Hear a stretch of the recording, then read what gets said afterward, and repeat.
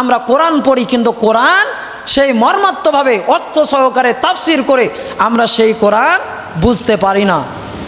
কবি তো তাই বলছেন, পড়ো না কোরআন, কেন পড়ো না কোরআন, ওরে কপাল পোড়া মুসলমান, পড়েছ ইংলিশ মিডিয়ামে, তাই বাবাই ডাকো তুমি ড্যাডি বলে, সরি সরি বললে তো আর, সরি সরি বললে তো আর কবরেতে পাবে না ছাড়। পড়ো না কোরআন, কেন পড়ো না কোরআন, বোঝো না কোরআন, কেন বোঝো না কোরআন।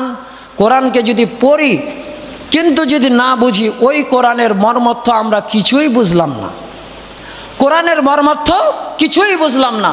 আল্লাহ তাআলা কোরআনুল কারিমে ৬৬৬৬ কিংবা ৬৬৩৬টি আল্লাহ তাআলা কোরআনুল কারিমে আয়াত দিয়েছেন। এই ৬৬৩৬ কিংবা ৬৬৬৬টি আয়াতের মধ্যে আমাদের এক একটি নিদর্শন আছে, এক একটি কথা আছে, এক একটি আদেশ আছে, আল্লাহ তাআলার এক একটি হুকুম আছে, আল্লাহ তাআলার এক একটি আহকাম আছে।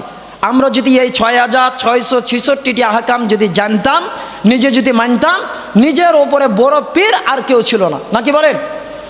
ইবলিস শয়তান ওই কিন্তু গোটা কোরআন শরীফ খতম দিয়েছিল, ও কিন্তু গোটা কোরআন শরীফই জানে, কিন্তু আল্লাহ তাআলার একটাই আদেশ, আল্লাহ তাআলার একটাই অর্ডার, সে অস্বীকার করার কারণে আল্লাহ তাআলা ফেরেশতা মণ্ডলীর প্রধান থেকে তাকে লাথায়া আল্লাহ তাআলা রব্বুল আলামিন তাকে দুনিয়াতে আল্লাহ তাআলা বিতাড়িত মারদুদ শয়তান হিসেবে আল্লাহ তাআলা বিতাড়িত করেছেন।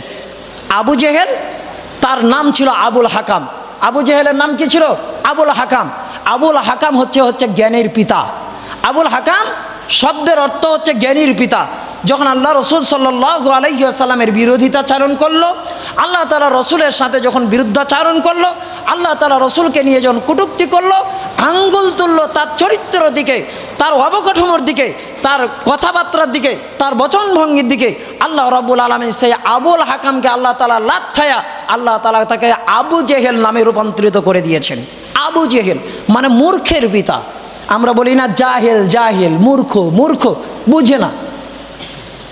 তো আবুল হাকামকে আল্লাহ তাআলা যদি আবুল জেহেল বানাইতে পারে, আর সেই আল্লাহ তাআলা ফেরেশতাদের লিডারকে আল্লাহ তাআলা যদি থাপড়ায়া নামায়া আল্লাহ রাব্বুল আলামিন যদি সেই আল্লাহ তাআলা তাকে যদি মারদুদ ইবলিস শয়তানে আল্লাহ তাআলা যদি পরিণত করে দিতে পারে,